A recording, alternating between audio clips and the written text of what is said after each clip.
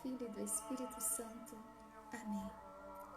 Inspirai, Senhor, as nossas ações e ajudai-nos a realizá-las, para que em vós comece e para vós termine tudo aquilo que fizermos, por Cristo Senhor nosso.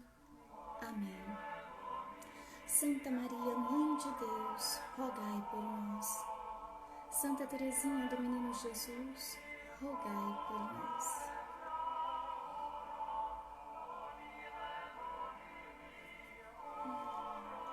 Boa noite, meninas! Quarto dia começando, penúltimo dia começando. Boa noite, vamos aí de hora et labora. E antes de eu desativar aí os comentários, eu vou esperar vocês me darem boa noite e me dizerem se vocês estão me escutando, se vocês estão me vendo, antes de eu desativar aí os comentários. Sejam todas bem-vindas aí pro nosso penúltimo dia, acaba amanhã, gente, já! Boa noite! Vão me dizendo aí se vocês estão me escutando, se tá tudo ok, pra gente começar aqui o assunto hoje, ó, vai render.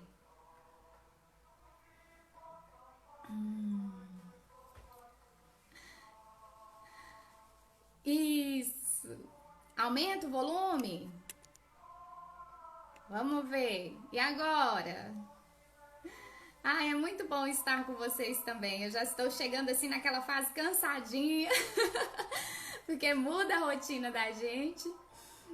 E dizem aí se vocês estão me escutando. Aqui tá bom o áudio, imagem também. Vendo e ouvindo bem? Então tá ótimo. Então vamos começar que o assunto hoje é... que o assunto hoje é pauleira, hein?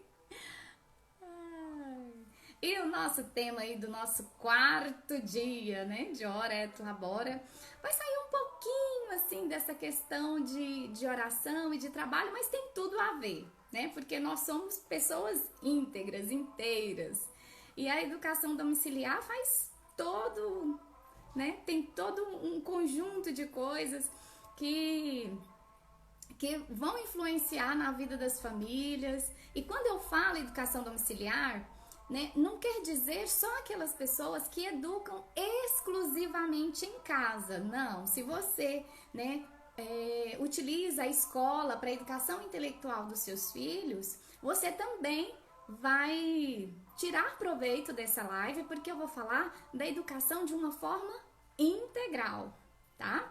Então, se você utiliza da escola, né, não educa integralmente em casa, né, exclusivamente em casa, não saia, porque a live hoje também vai servir para você. Tem muita coisa hoje, eu tô até com medo de não dar tempo nessa 1 hora. E por isso mesmo, já chegaram algumas pessoas, não vou perder tempo e já vou começar, tá bom? Pega aí o seu cafezinho, se acomode, porque o assunto hoje vai render. Então, vamos aí, né? Por que este tema, né? Hora et labora, educação domiciliar, né? Por que esse tema aqui no nosso penúltimo dia de hora et labora? Porque muitas de vocês que estão acompanhando o projeto Hora et labora, né? Ou optaram, ou às vezes pensam em optar por este caminho, né, na educação, no que tange a educação dos filhos de vocês. Mas nós temos uma visão muito deturpada do que vem a ser a educação. Quando nós falamos hoje em dia de educação, logo nos vem escolas, mochilas, uniformes, apostilas, né? E a educação vai muito, muito, muito além disso tudo.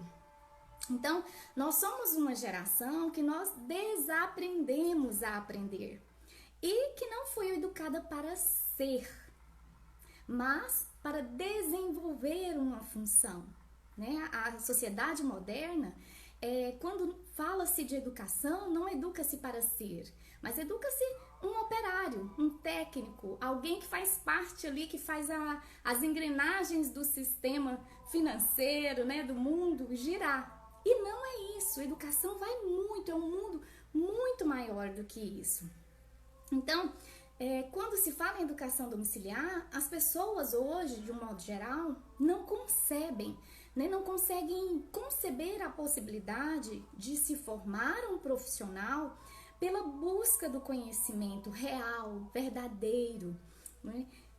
Não conseguimos visualizar alguém profissionalmente desenvolver, ter uma profissão, né, ser bem-sucedido nessa profissão, se ele não portar um papelzinho A4 timbrado com alguém certificando que ele sabe desenvolver, né, uma determinada atividade.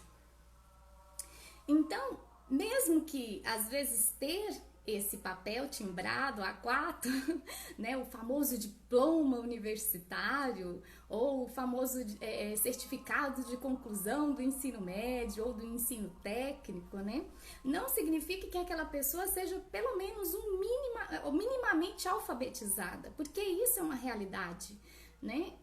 O diploma hoje ele virou um produto que você vai, paga por ele, na maioria das vezes, né? Seja através dos impostos ou seja através de mensalidades mesmo nas instituições particulares, e você, depois de um determinado tempo frequentando ali, recebe aquele certificado que diz, que comprova que você sabe desenvolver uma função, que você é um profissional. Mas hoje as pesquisas educacionais mostram que a maioria, né, da nossa sociedade, ela não é nem mesmo alfabetizada. É uma triste realidade, mas é a nossa atual realidade, né? Então, dá-se valor ao papel, não ao conhecimento, né? Quando você começa a pesquisar, a saber sobre educação domiciliar, uma das perguntas mais recorrentes é: mas e o diploma, né? E o certificado? E para ele frequentar uma faculdade? Porque hoje a sociedade, de um modo geral, ela não dá valor ao conhecimento, à capacidade, às qualidades daquela pessoa, mas ao diploma, né? Transferiu-se o valor do profissional para o diploma que ele porta, né? Claro que quando a pessoa ela é muito, como que eu digo a palavra? Quando ela sabe desenvolver bem aquela função, quando ela demonstra que sabe fazer aquilo muito bem, ela passa a ser procurada pelas qualidades, ai gente, me fugiu a palavra, mas enfim, pela qualidade do serviço que ele presta, né? Pela sua capacidade de desenvolver aquela função, independente dele ter um diploma ou não. E isso nós vemos, por exemplo, na parte do empresariado, né? Quantas pessoas, às vezes, não têm nenhuma formação superior, mas são empresários que têm um grande reconhecimento, que tem sucesso no mundo, né, dos negócios, por saber o que está fazendo, pelos seus próprios talentos. Então, quando a pessoa consegue se destacar, ela vai ser valorizada apesar de não ter, né, o diploma. Mas a sociedade, de um modo geral, valoriza muito o diploma. E isso é muito prejudicial para o desenvolvimento de qualquer sociedade, né? Porque valoriza-se o papel e não a capacidade, o conhecimento da pessoa. Então, a educação domiciliar, ela busca formar um homem integral, a parte física, a parte intelectual, a parte moral e também a parte espiritual. Quando a pessoa ela opta pela educação domiciliar, ela quer formar o ser humano para ser, né? Não para desenvolver uma função. É aí que está a diferença, né? E é justamente por isso que a educação domiciliar, ela jamais deve se tornar uma fotocópia das instituições de ensino nos nossos lares, né? Então, a educação domiciliar e as instituições de ensino, elas diferem no objetivo, na forma, no ritmo, no conteúdo, né? Apesar de poderem usar alguns métodos de ensino em comum. Por exemplo, o método fônico, quando você vai alfabetizar uma criança. Existem escolas que utilizam também o método fônico, mas a forma, o ritmo, a forma de ensinar a criança através desse método se torna muito diferente quando o ambiente é o lar e o educador é o pai ou a mãe, né? Então, elas diferenciam muito. Quando você tenta transformar a sua casa, o seu ensino domiciliar, em uma mini escola, numa cópia da escola, dificilmente você vai conseguir tirar da educação domiciliar toda a maravilha que ela é, né? Dá trabalho? Muito! Cansa demais!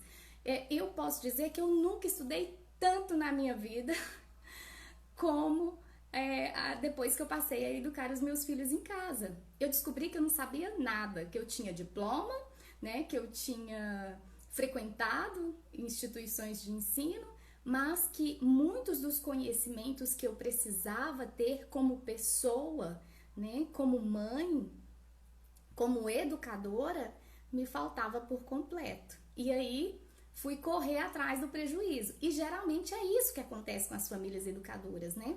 A educação domiciliar, ela é para a família, porque toda a família passa a estudar. Isso passa a ser um lazer quase entre a família, né? Então, uma das principais críticas quando a gente fala sobre educação domiciliar, né? Isso da sociedade de um modo geral, né? Mas também daquelas pessoas que não conhecem, que estão ouvindo falar pela primeira vez desse termo, dessa forma de educar, né, que é a educação domiciliar. Então, além da famigerada socialização, né, que as pessoas questionam muito, é uma das primeiras coisas que se questionam, é que não são todas as pessoas, todas as famílias que poderão optar por essa modalidade de ensino, por essa forma de educação.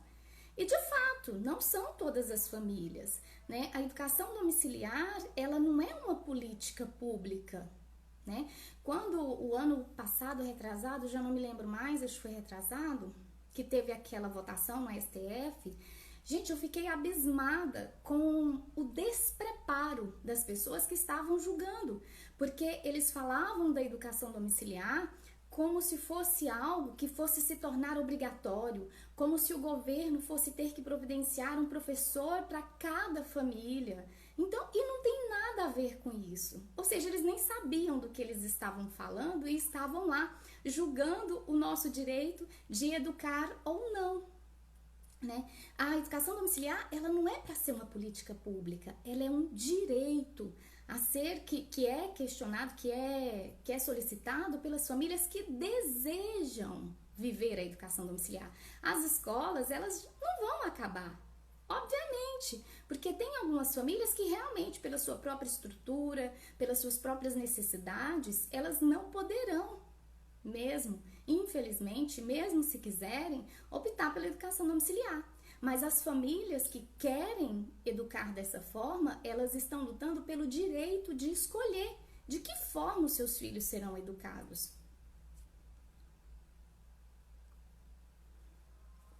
Eu ligo, né, gente? Não desligo mais. Mas vamos lá, porque o assunto hoje tem muita coisa. Então, se eu não correr, eu não dou conta de terminar aqui na nossa 1 hora. Eu não quero deixar nada do que foi planejado para trás. Então, voltando, né? As famílias, elas buscam conquistar esse direito para educar os seus filhos da forma como elas acreditam ser a melhor forma. Então, mas quando nós começamos, né? Quando nós nos deparamos com essa possibilidade, quando ouvimos falar, quando vimos alguma família e começamos a imaginar ali que talvez seja uma opção também para nossa família, né? A nossa mente totalmente escolarizada, a primeira coisa que a gente se questiona é: e o currículo? O que eu vou ensinar? Né? Como que eu vou ensinar? né? Que caminho eu vou seguir? Então, a gente se sente realmente totalmente perdida. Então, esse é de longe um dos principais questionamentos depois que a pessoa compreende o que é educação domiciliar, que ela é uma possibilidade e que talvez ela queira de fato, né, educar os seus filhos dessa forma, aí ela começa a se questionar, né? Mas e aí? Como que eu faço? O que que eu ensino? O que que eu vou ensinar? Né? A educação domiciliar, uma das belezas dela é essa liberdade, deixar livre aos educadores, aos pais, a condução do ensino, né? O conteúdo, o método, o material, o tempo, aonde vai estudar, né? Que dia, se é de dia, se é de tarde, se é de noite, se é dia sim, dia não, né? Se são os 5 dias da semana, se são todos os dias. Então, a família, ela tem a liberdade, conforme a sua própria realidade, de escolher. E isso é uma grande riqueza, uma das maiores riquezas da educação domiciliar. Mas, obviamente, né, tem algumas coisas, tem alguns objetivos, né, que eles são quase universais quando você vai educar uma criança. E falando aqui de crianças pequenas que ainda não frequentaram a escola, né, que é quando se fala em ensinar, que é o quê? Ler, escrever. Não tem jeito de você falar assim, eu vou fazer educação domiciliar, mas eu não quero ensinar o meu filho a ler. Eu vou fazer educação domiciliar, mas o meu filho não precisa aprender a escrever. Não tem como. Isso é o básico da preparação intelectual de uma criança, né? A forma, o ritmo que você vai fazer isso é que vai diferenciar, mas a meta, o objetivo é o mesmo. A criança ela vai ter que aprender a ler e a escrever, a compreender textos, a compreender dados, a resolver problemas matemáticos, né? Isso é quase universal, não dá para você fugir, né? Ele não é o principal objetivo da educação de uma criança, mas ele vai sim ocupar um tempo na educação e vai precisar de uma dedicação para que isso aconteça, né? Independente de lei ou não, porque você não vai criar um bichinho que vai ficar solto e vai fazer só o que quer. Não, você está formando um ser humano e você precisa formar também intelectualmente, né? Então, no entanto, a educação, ela não pode, ela não deve se ater somente a isso, né? Não, eu quero, porque senão você vai estar trazendo, na verdade, a escola para sua casa. Não, eu quero que meu filho aprenda a ler, que ele aprenda a interpretar, apesar das escolas não estarem conseguindo fazer isso atualmente, né? Mas acaba que você vai se ater só à formação intelectual da criança. E aí você vai estar caminhando, né, da mesma forma que o ensino da sociedade moderna, que é criando um ensino tecnicista, né? E não é isso, né? A educação domiciliar, ele preza pela formação do ser humano como um todo, com seus talentos, com as suas aptidões, né?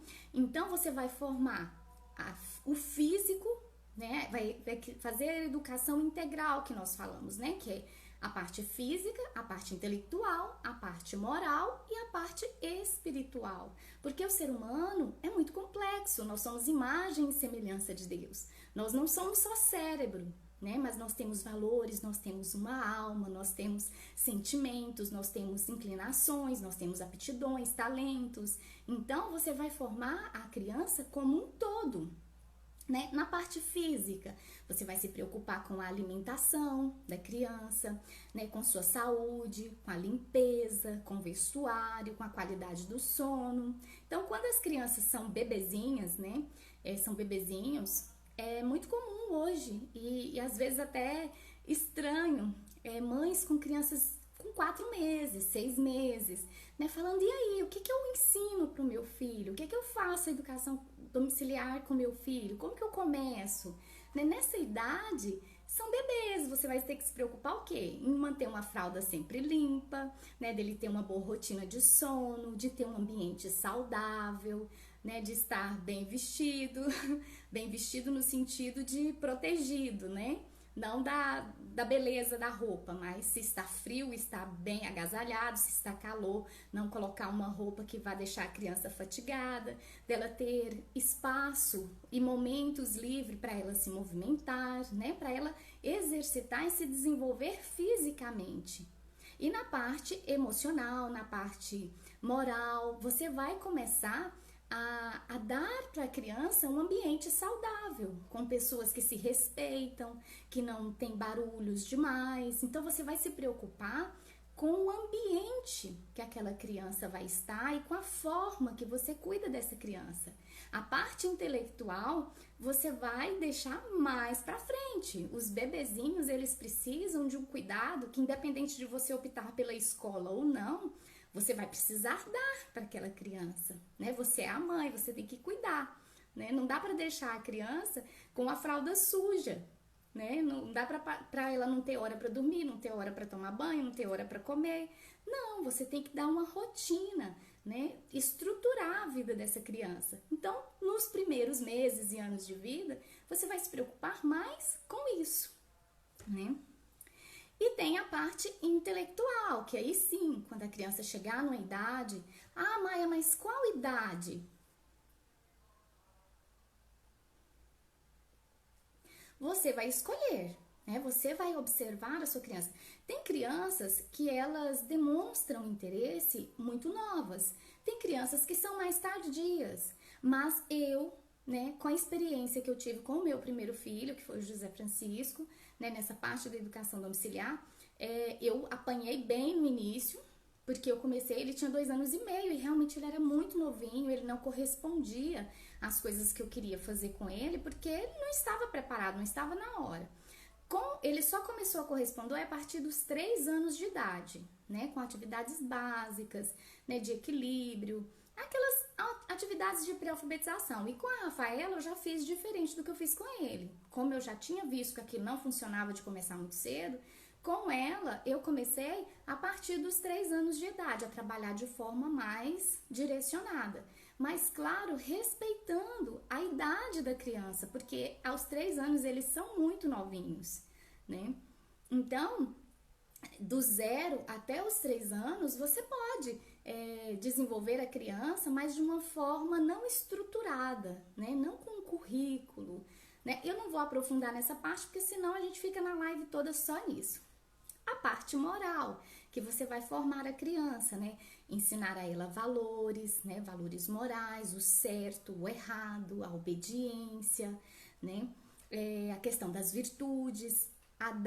Você vai dar bons exemplos para a criança e assim vai formá-lo nessa parte moral, ter um lar bem ornado, né? Onde a criança se sinta ordenada também, que ela esteja num ambiente ordenado, que passa para ela tranquilidade, segurança, né? Constância, firmeza, né? E vai também trabalhar essa parte da responsabilidade dos pais, né? O respeito aos pais. E a parte espiritual, que a parte espiritual, quando que você começa? Desde o ventre, né? A Helena, todos os dias que nós vamos rezar o terço em família, ela começa, quando eu começo a rezar, escuto os meninos rezarem, ela começa a pular. Então ela já está sendo formada espiritualmente, ela já está sendo inserida nesse ambiente onde Deus está sempre presente. Então, quando os momentos de oração que eu faço com os meninos, por exemplo, a Clara Maria, que já é a bebezinha, né, que ela tem 2 anos, ela sempre esteve conosco.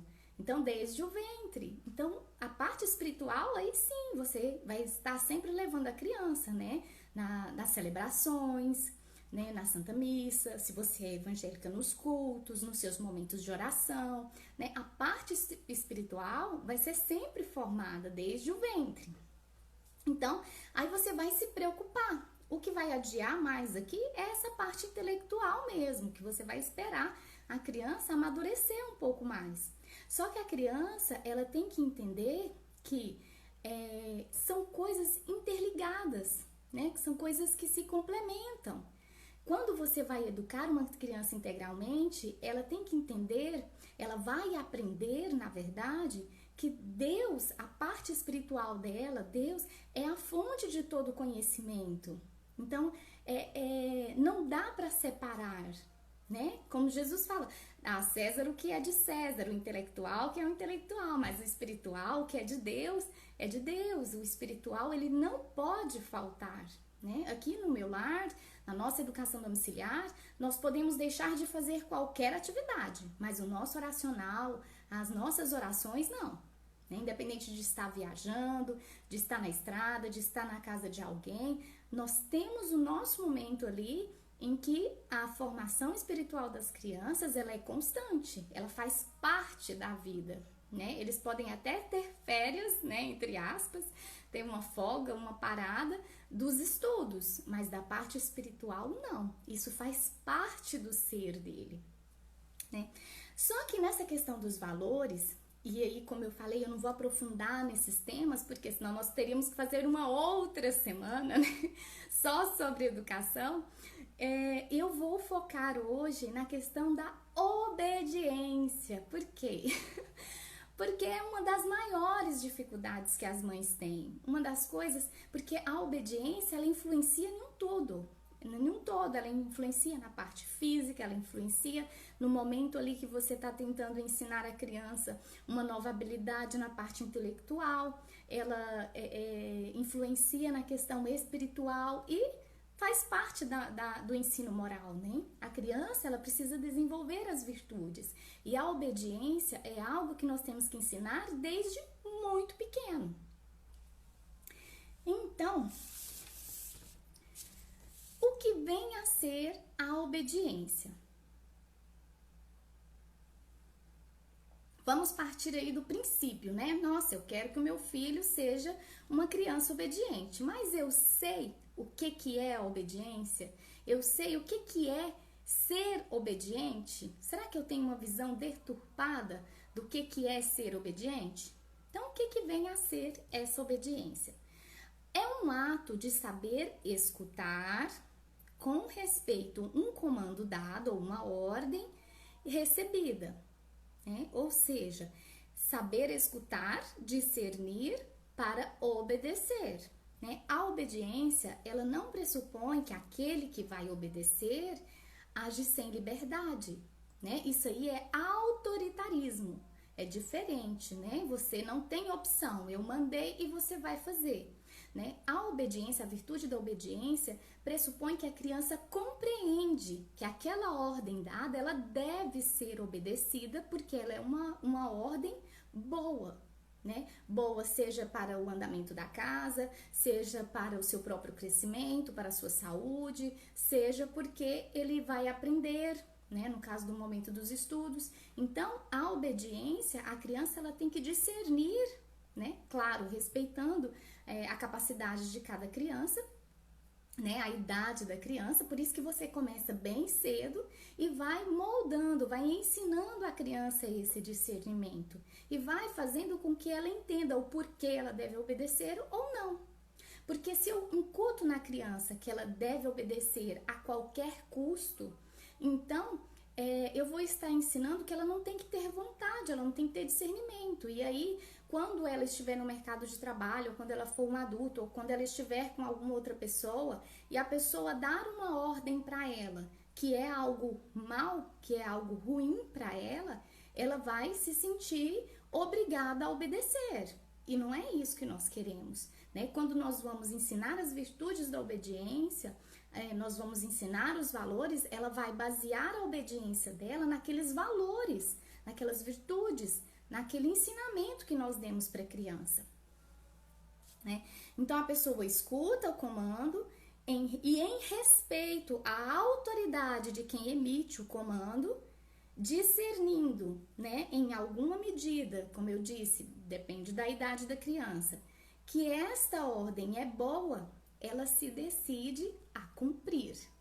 Então a obediência, ela não deve ser aquela obediência cega, né, que vai fazer o que mandar independente do que seja. Não, ele vai aprender a discernir se aquilo é algo bom ou não, se deve ser obedecido ou não, né?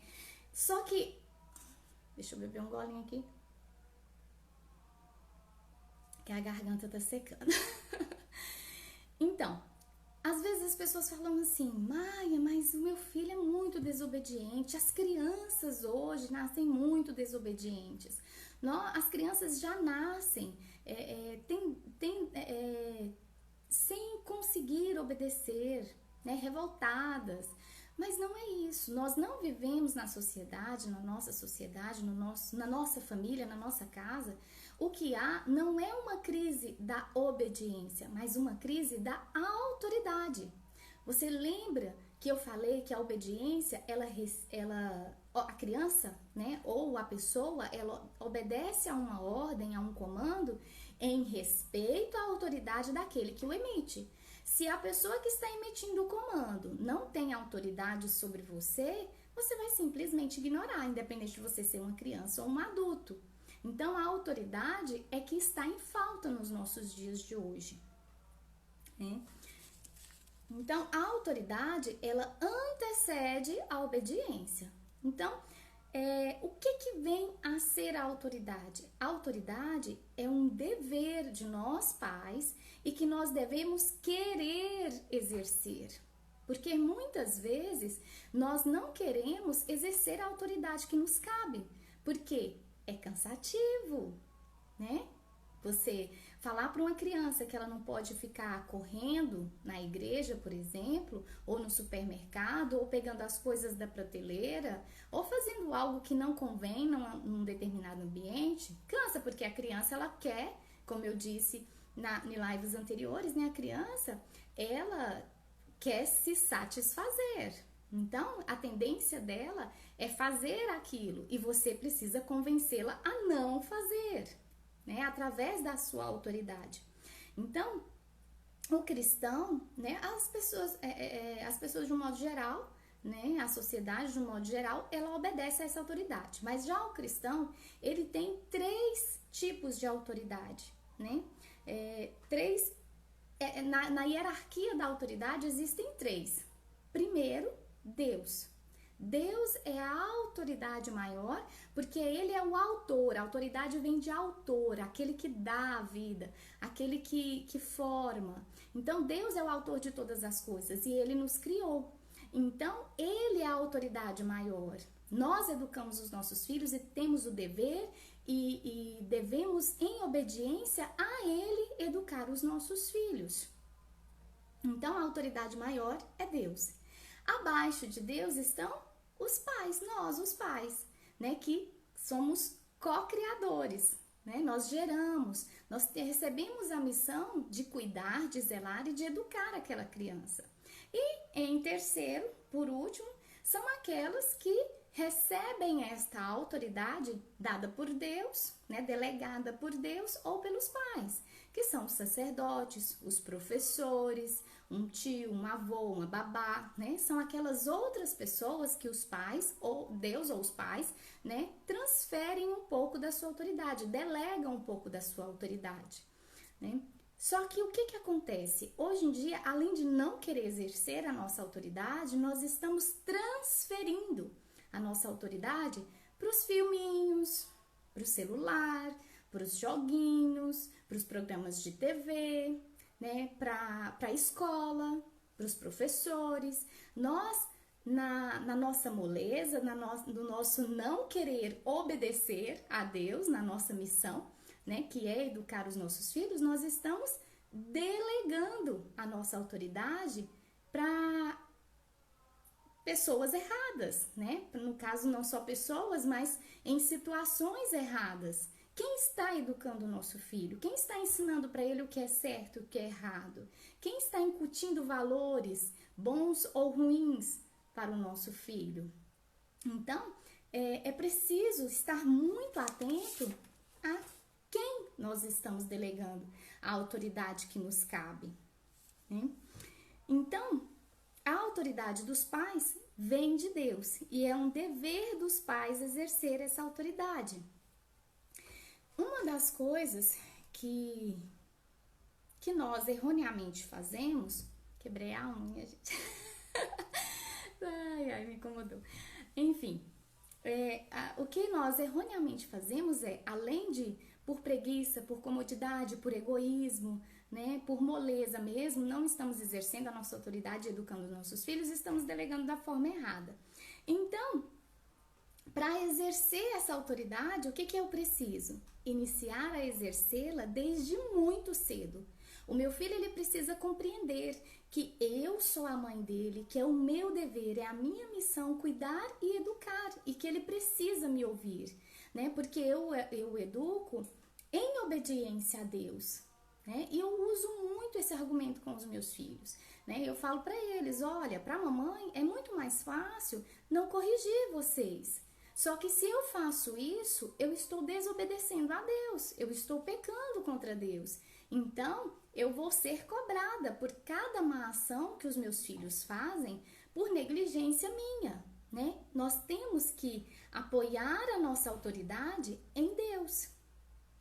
Então, nós temos que exercer desde muito cedo. Ah, o meu filho é um bebezinho de 1 ano, mas ele começou a dar birra, né? Quando que é o momento de você corrigir a criança? Naquele momento que ele começa a cometer faltas, né?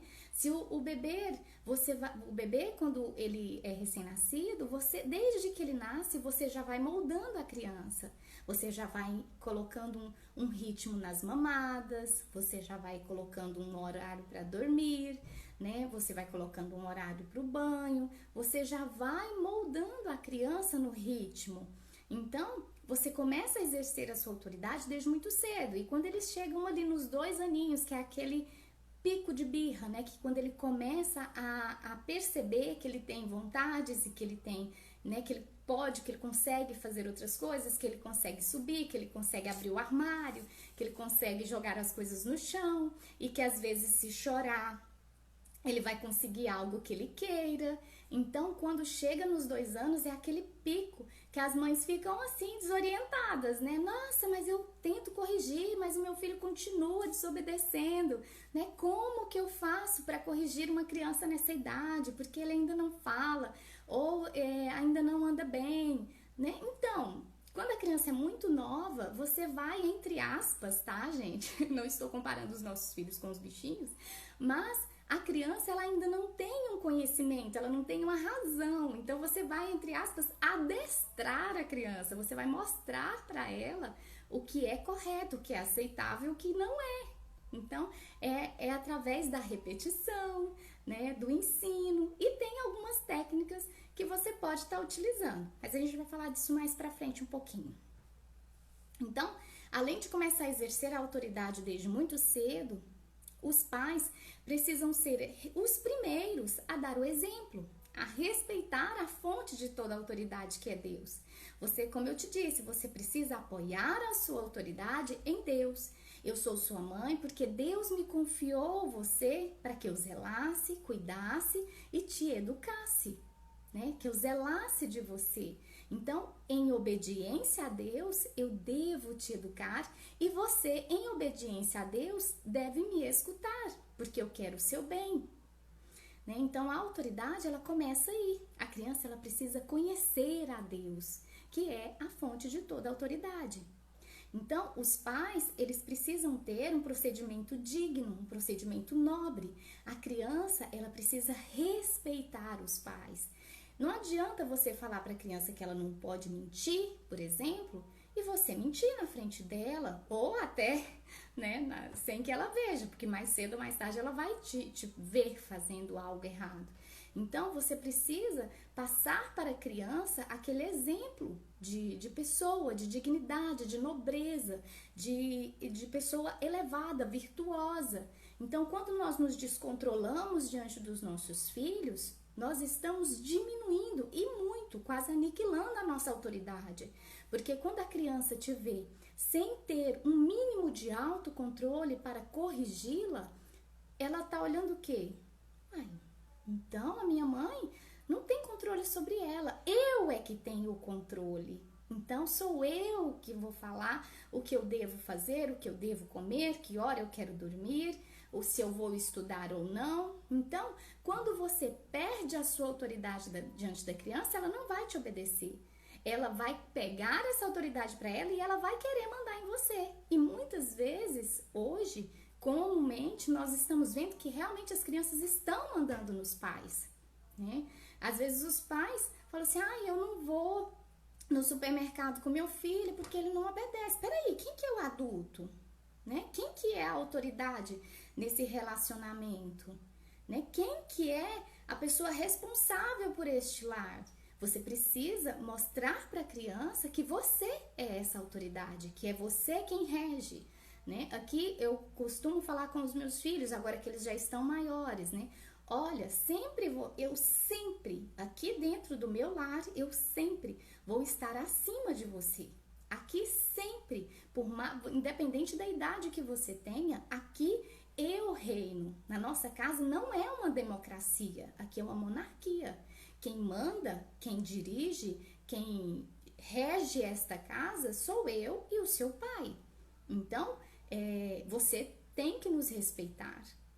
Um dia você vai ter a sua casa, você vai ter o seu lar, e aí sim, lá você vai determinar. Vai chegar um momento em que a mamãe vai poder só te aconselhar, te ouvir, né? Mas você vai ser dono da sua própria vida. Mas enquanto isso não acontecer, aqui eu vou estar sempre acima de você, né? E é por isso que existe o mandamento, honrar pai e mãe, né? Nós somos uma autoridade diante dos nossos filhos, independente da idade deles.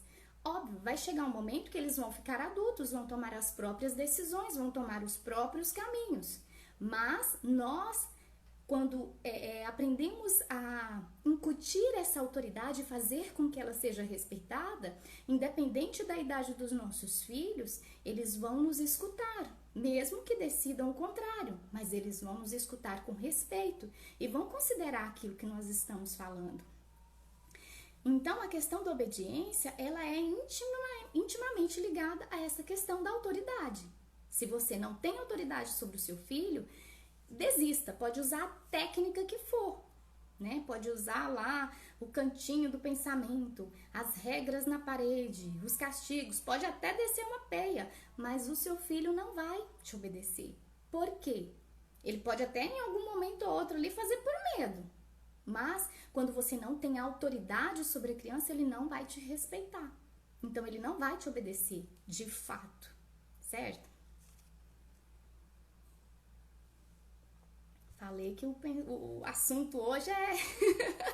Eita, que todo dia aqui o assunto, né, exige um cafezinho bem forte sem açúcar, né, gente? Mas vamos continuar. Tá, Maia, então meu filho não me obedece. E aí? O que eu faço? Como corrigir isso, né? Vamos partir para a parte da correção, né? Já erramos, vamos zerar o placar, vamos correr atrás do prejuízo, né? Como é que eu vou fazer essa correção?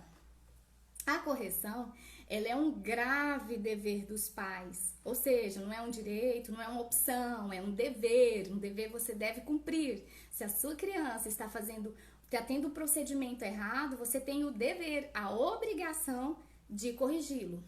Deixa eu correr que meu tempo está correndo também. Então, lá na Bíblia fala, né? Educai os vossos filhos, advertindo-os e corrigindo segundo os preceitos do Senhor. Então, para corrigir, é preciso conhecer os defeitos da criança, você precisa conviver com seu filho, você precisa conhecer, né? Onde é que está ali o problema que precisa ser, né, corrigido. Você precisa também querer ver, porque às vezes os nossos filhos têm defeitos e nós ficamos nos enganando, né? Não, meu filho não mente, ele não tem aquela tendência para mentira. Ah, não, meu filho, ele não é egoísta, ele não é guloso. Então, os pais, gente, precisam tirar as vendas dos olhos e querer ver os defeitos dos filhos para saber o que vai corrigir, né? Prestar atenção, né? Crer naqueles que sabem, né? Nas pessoas que convivem, porque às vezes alguém chega e fala assim, nossa, o seu filho estava fazendo isso e isso, e a gente, em vez de agradecer a pessoa por estar nos avisando algo que talvez nós não tenhamos visto, nós ficamos com raiva da pessoa, né? Nossa, está criticando meu filho. Então, às vezes os pais não querem ver, querem permanecer na ignorância e não corrigem os próprios filhos. Depois de conhecer esses defeitos e querer conhecer esses defeitos, a gente precisa querer corrigir, né?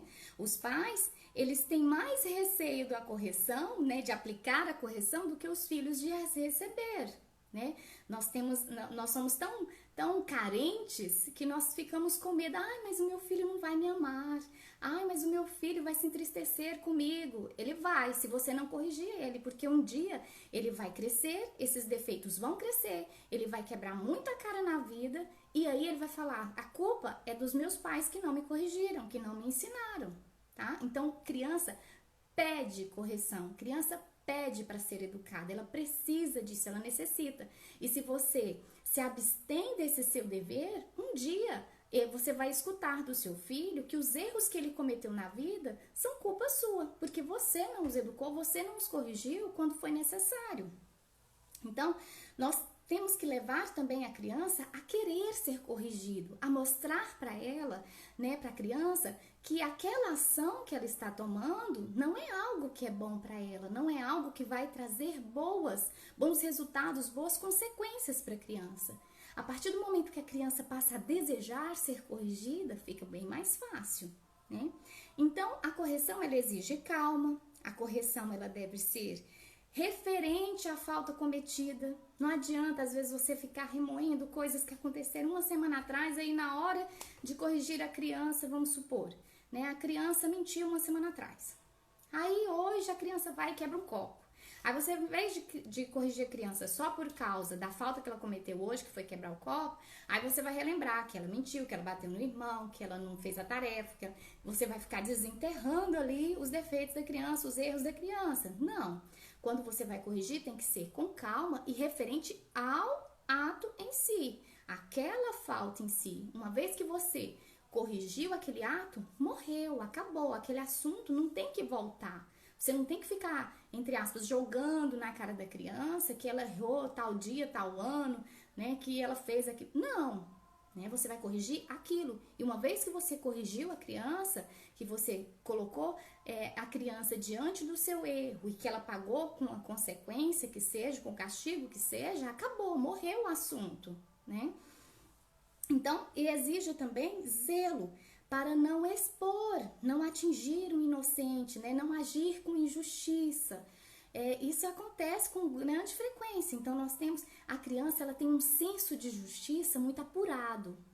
E ela sente muito quando ela é acusada, quando ela é castigada, quando ela não tem culpa. Então, os pais, eles precisam ter uma atenção muito grande para saber se a criança realmente é culpada, né? Entre os irmãos, por exemplo, tá brigando. Não, mas fulano fez isso, fulano fez aquilo, né? E aí, às vezes, você castiga aquele que era o inocente. Então, não, tome muito cuidado com isso, porque a criança, ela ressente e muito a injustiça, e ela leva isso para a vida inteira, dependendo do que for. Então, tenha um zelo na hora de corrigir para não serem injustas. E as sanções, né? Os castigos, podem ser as reações naturais daquele ato. Vamos supor, né? Subiu na cadeira e pulou, caiu e machucou, né? A criança, ela vai pagar a sanção, o castigo dela vai ser o quê? Justamente o machucado. Né? Você vai mostrar para a criança: olha, você caiu, mas você caiu porque você desobedeceu. A mamãe não falou para você que não podia subir na cadeira? Pois é, você desobedeceu. Eu uso muito a analogia de Eva e Adão, né? Porque lá no Éden, eles desobedeceram a Deus, eles não podiam comer do fruto proibido. E qual que foi a consequência do erro deles? Foi perder o paraíso. Perder o privilégio de habitar com Deus, de ter uma vida sem dor, sem trabalho, de não conhecer a morte, né? De não conhecer a dor, a tristeza, o sofrimento. Então, toda ação, é muito bom usar isso com a criança. Olha, filho, na hora de você corrigir, sempre que for possível, a correção deve ser a consequência do erro, a consequência do ato da criança. E tem aquelas penalidades artificiais também, né? E quais que eu devo evitar? Quais sanções artificiais, penalidades artificiais que eu devo evitar? As que não têm um fim, não têm uma finalidade. Por exemplo, a criança bateu no irmão. Aí você vai falar assim: não, então você fica sentado aí e vai ficar pensando. Tá, você pode até colocar ele para pensar, mas depois ele vai ter que ter uma penalidade que é ligada àquele ato, né? Aquele mau comportamento. Né? Ele vai ter que ter uma sanção, por exemplo, de abraçar o irmão, de pedir desculpa, de reconhecer que está errado. Né? Tem que ter uma finalidade a correção. Então, você tem que evitar esse tipo de correção sem finalidade. A serem utilizadas com discrição. Por exemplo, os castigos corporais, as chineladas, as palmadas, né, para quem utiliza. Você não pode ficar expondo a criança diante das pessoas, exceto, no caso, né, a sanção, a penalidade, quando você vai chamar a atenção do seu filho, você só chama publicamente, ou seja, entre os irmãos, se a falta foi pública. Se o erro dele não foi público, você deve corrigi-lo com discrição, para não expor a criança, né? No caso, não humilhar a criança diante das pessoas. Vamos supor que você está num ambiente público, numa festa, e às vezes a criança cometeu um ato que praticamente ninguém viu, e aí você começa a chamar a atenção da criança, e todo mundo começa a olhar, e você fala alto. Você está envergonhando a criança, constrangendo a criança. Agora, se, vamos por exemplo, a criança está ali com os irmãos e ele desobedeceu uma ordem claramente e deu um mau exemplo aos irmãos, a correção ela tem que ser pública, né? Ela tem que ser diante daqueles que foi cometida a falta, para servir como exemplo. Olha, o meu irmão desobedeceu a minha mãe, mas ele foi castigado. Isso não pode ser feito, porque se as crianças não veem ele sendo corrigido, o que ele vai pensar? Eu também posso fazer, que minha mãe não corrigiu meu irmão, ela também não vai me corrigir. Então, tem todos esses pormenores que precisam ser observados. Então, as sanções, elas de preferência devem ser aquelas sanções medicinais, ou seja, contrárias à falta. Por exemplo, se a criança está desperdiçando o alimento, ela vai ficar sem o alimento. Se a criança está jogou, por exemplo, usou mal um brinquedo, jogou no chão e o brinquedo quebrou, ele fica sem o brinquedo, né? Essas são sanções medicinais. Fala assim, olha, tudo bem, você quebrou, esse brinquedo era seu, só que a mamãe não vai repor, quebrou, vai pro lixo e você vai ficar sem, né? Ela tem que ser consequência do ato da criança. Exagerou nas guloseimas, comeu demais, então você vai ficar tanto tempo, né, X tempos, dias, né, semanas que sejam, sem ganhar guloseima, né? Então, você é grosseiro com os amigos. Não, então eu não vou trazer os seus amigos, ou não vou para brincar com você, ou não vou levar você ao parquinho para brincar com os amigos. Ela tem que ser contrária à falta, para levar a criança a não cometer aquela falta, a entender que aquela falta gerou uma consequência. Né? Lembre-se, como no Éden, você não podia comer o fruto proibido, comeu, perdeu, né? Perdeu a convivência com Deus, as benesses que você tinha no paraíso. E você pode também usar essa analogia com a criança. Se ele conhece a história, se você já ensinou, se você catequizou a criança, você vai mostrar para ele isso aí. E tem aquelas sanções exemplares, aquelas que visam corrigir o infrator e dar exemplos aos demais, que é aquilo que eu falei, né? A repreensão séria e tão pública quanto a falta foi, né? E a criança, ela vai aceitar e a recebe, né? Então, falei demais. Mas é muita coisa, né, gente? Maia, onde você pegou essas referências? Onde eu posso ler mais sobre isso?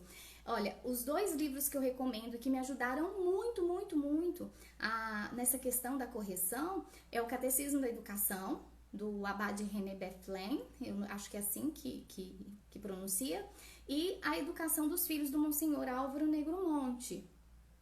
Eles são livros, o Catecismo da Educação, você até encontra ele em algumas livrarias, ultimamente ele estava em falta, mas você consegue encontrar, mas você também encontra em PDF, não é plágio, porque tanto o Catecismo da Educação quanto esse do Monsenhor, A Educação dos Filhos, eles já têm os direitos liberados, você encontra na internet, tá bom? Depois eu coloco lá no Stories para vocês. É muito bom esses 2 livros e vão te ajudar demais nessa parte da educação. O Catecismo da Educação, ele é bem completo, eu recomendo demais. Então, Maia, mas você falou tanta coisa, parece que é tão bom, né? Você consegue sempre aplicar? Não, né? Às vezes eu falho, né? Mas eu tento. Lembra que eu falei das virtudes? Treino, treino, treino. Os seus filhos são obedientes? Às vezes sim, às vezes não. E eu preciso corrigir. Às vezes eu consigo corrigir da forma correta? Sim, às vezes não. Então nós somos pessoas falhas, né? Às vezes eu falho, às vezes eu me excedo, às vezes eu perco a paciência. Mas lembra do que eu falei essa semana? Treino, treino. Cada dia você passa a se controlar mais. Cada dia você passa a pensar antes de agir. E aí você começa a ficar boa nisso e a cair menos. Então, vai chegar um momento que você vai estar, supimpa e quase não vai cair. Então, é possível? Sim, mas exige persistência, perseverança, estudo. A maternidade, ela não é espontânea, gente. Ela é uma arte difícil, ela é uma missão difícil. Então, a gente precisa se preparar, a mãe precisa estudar, tem que buscar saber como educar, trocar experiências com outras mães e buscar também na literatura. Olha, o que eu posso fazer? Antigamente as crianças eram mais obedientes, como é que eles faziam? Então, temos que buscar. Então, eita que o cafezinho tá acabando e o assunto ainda tem muito. Vamos lá. Ações. Maia, como que eu faço isso para mudar na ação, né? Catequize a criança. Lembra que a fonte primeira de autoridade é Deus? Ela precisa conhecer a Deus, ela precisa conhecer os mandamentos, ela precisa conhecer as virtudes, ela precisa conhecer a vida dos santos. Isso vai fazer com que a criança habite no imaginário dela, você vai colocar no imaginário dela bons exemplos, bons ensinamentos. Você vai predispor a criança à virtude da obediência e ao respeito à sua autoridade. Então, a primeira coisa que você tem que fazer, catequize o seu filho, forme-o espiritualmente. Assim que você for colocando os valores, bons exemplos, né, lendo boas histórias com personagens virtuosos, com exemplos que tenha personagens que não agiram da forma correta e que sofreram as consequências dos seus atos, você vai incutindo na criança aquilo que ela deve fazer. Você precisa encher o imaginário do seu filho de bons exemplos, boas histórias. Então, falar pouco. Quando você vai corrigir a criança, você não tem que ficar ali blá blá blá blá blá blá blá, blá falando, que a criança ela não vai te escutar depois de um certo tempo. Então, você precisa ser objetiva, olhar nos olhos da criança. Se precisar, toque na criança, no ombro, no braço. Olhe nos olhos dela e fale de forma direta, de forma clara, falando pouco. Usar a autoridade com discrição, né? Não ficar expondo a criança, pousando, né? Eu que mando aqui e você precisa me obedecer. Então, isso vai ajudar a criança a te respeitar, a ver em você a nobreza do seu caráter, a nobreza, o amor, o zelo, a caridade no momento de corrigir a criança. Então, ser claro, falar claramente, tomar a sério o que se diz. Se você falou, você precisa fazer cumprir. Então, pense antes de dar uma ordem. Porque quando eu acostumo ao meu filho, à minha filha, de dar uma ordem e deixar que ela não seja cumprida, quando você dá uma ordem, você vai ter que insistir 2, 3, 4, 5, 6, 10, 20, cada vez mais para a criança obedecer. Então, desde muito cedo, eu falei para você guardar a roupa suja no cesto. A criança tem que fazer. Se você falou para ela fazer, ela tem que fazer. Você tem que dar um jeito da criança fazer aquilo que você mandou, para não acostumar a desobedecer. Ixi, eu acho que meu tempo tá acabando, meu Deus. Será que eu vou ter que começar outra live rapidinho? Eu vou fazer assim, se acabar, eu vou começar outra bem rapidinho, só para não ficar sem finalizar. Mas eu já estou quase terminando, tá bom? Então, vocês, se acabar, vocês voltem pra gente terminar rapidinho o assunto, certo? Eu imaginei mesmo que essa eu fosse estourar o tempo. Então, exigir uma obediência imediata, tá? Você fez, a criança deve cumprir naquele momento. Manter a firmeza até o fim. Se você falou, a criança, você vai ter que dar um jeito da criança fazer. E se a criança desobedeceu, tá acabando, gente, 29 segundos. Então eu vou encerrar e vou começar outra só pra gente finalizar, pra não deixar vocês aí com o assunto cortado, tá bom? Vou finalizar e já volto.